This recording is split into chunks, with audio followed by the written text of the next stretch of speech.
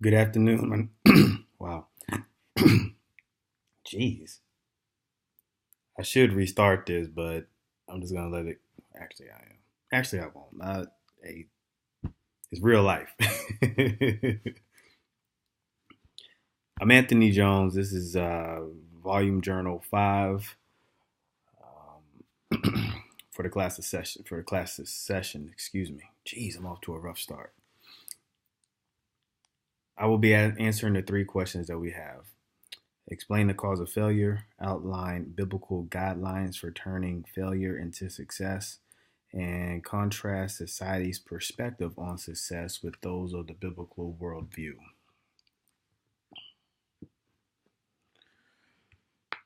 Explain the causes of failure. So, generally, before I answer these questions and I come on the camera, I will normally look a week in advance to see what the questions are so I can internalize it for a little bit. And then as I go and answer questions for as I go and I respond back throughout the week on the discussion posts, I will then come and look again and just kind of internalize it. So when I kind of get ready to answer these questions, I've kind of already formulated my thoughts.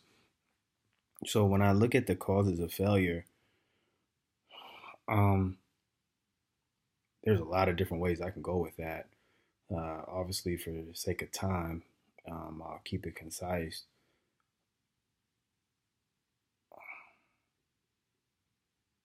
Um,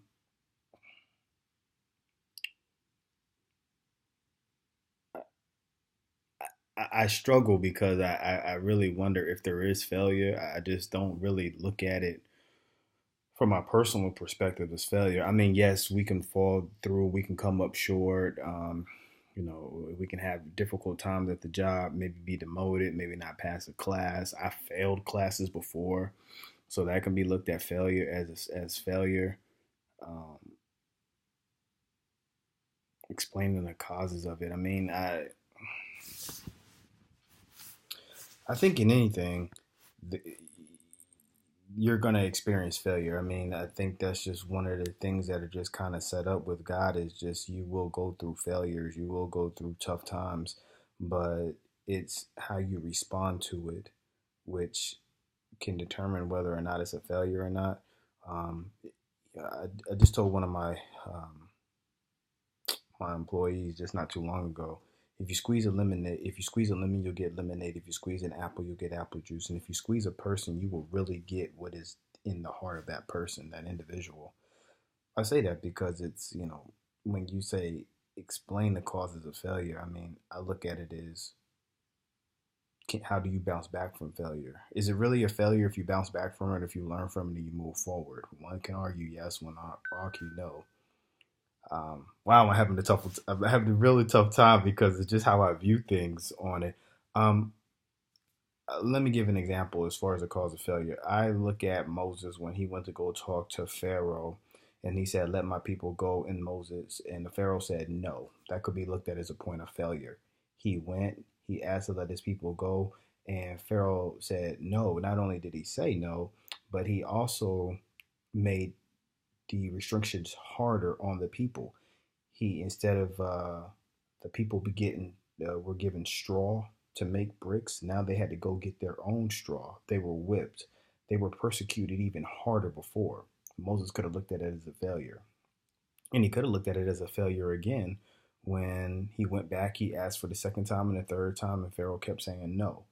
But ultimately, it, those failures were set up so we could see the glory of God, so we can all see the glory of God, because not only did he let um, the people go, ultimately Pharaoh, but God also ultimately dealt with those individuals as well at the Red Sea.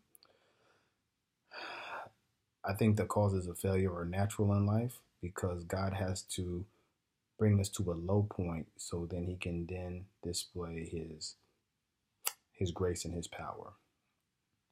Outlining the biblical guidelines for turning failure into success, I think I just answered that really, um, is faith in God. It is faith in God and being content with the moment that you're in. In Second Corinthians, it says that in my weakness, Jesus replied to Paul when Paul asked him to remove the thorns out of his side. Paul had pleaded and pleaded, and God simply said to him, "In your weakness, my strength is made perfect." So when I look at the biblical guidelines for turning failure into success, is one is believing in God and knowing that when you're weak, then He is strong. And therefore, you should rejoice in these failures, knowing that God is going to bring you out of them. So, failure is, as I tell people, failure is not who you are. It's just a situation in your life. God brings you out of it, but you first have to believe that. And lastly, contrast society's perspectives on success with those from a biblical worldview. Once again, society will tell you if you've reached a certain status, if you've accumulated a certain amount of money, then you have achieved success. Um, if you have obtained things, or you have risen to, once again, a level of prosperity or wealth or status, then you will be classified as being successful.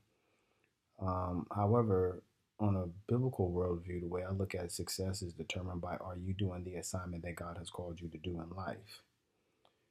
You know, Once again, if God has called you to be a pastor, but you decided to be a mayor, society has maybe defined you as being successful because you are a mayor and you're a person of influence. But in the biblical worldview, God has asked you to be an arm of the body of God, and you have chosen to be a leg in the body of God, which isn't success.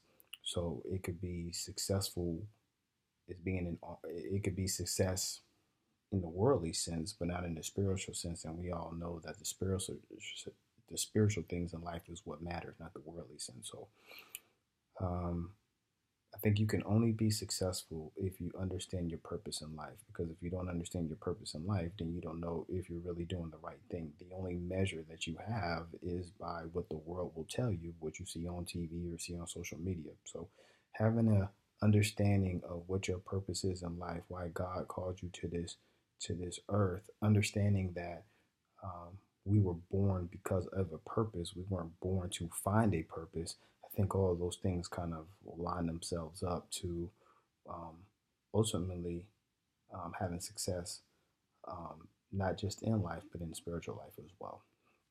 So that's session 5, a video journal. Since this was the last one, sir, I've seen you make, we went back and forth and you made some sports references. So I would imagine that you probably follow sports, maybe a little bit.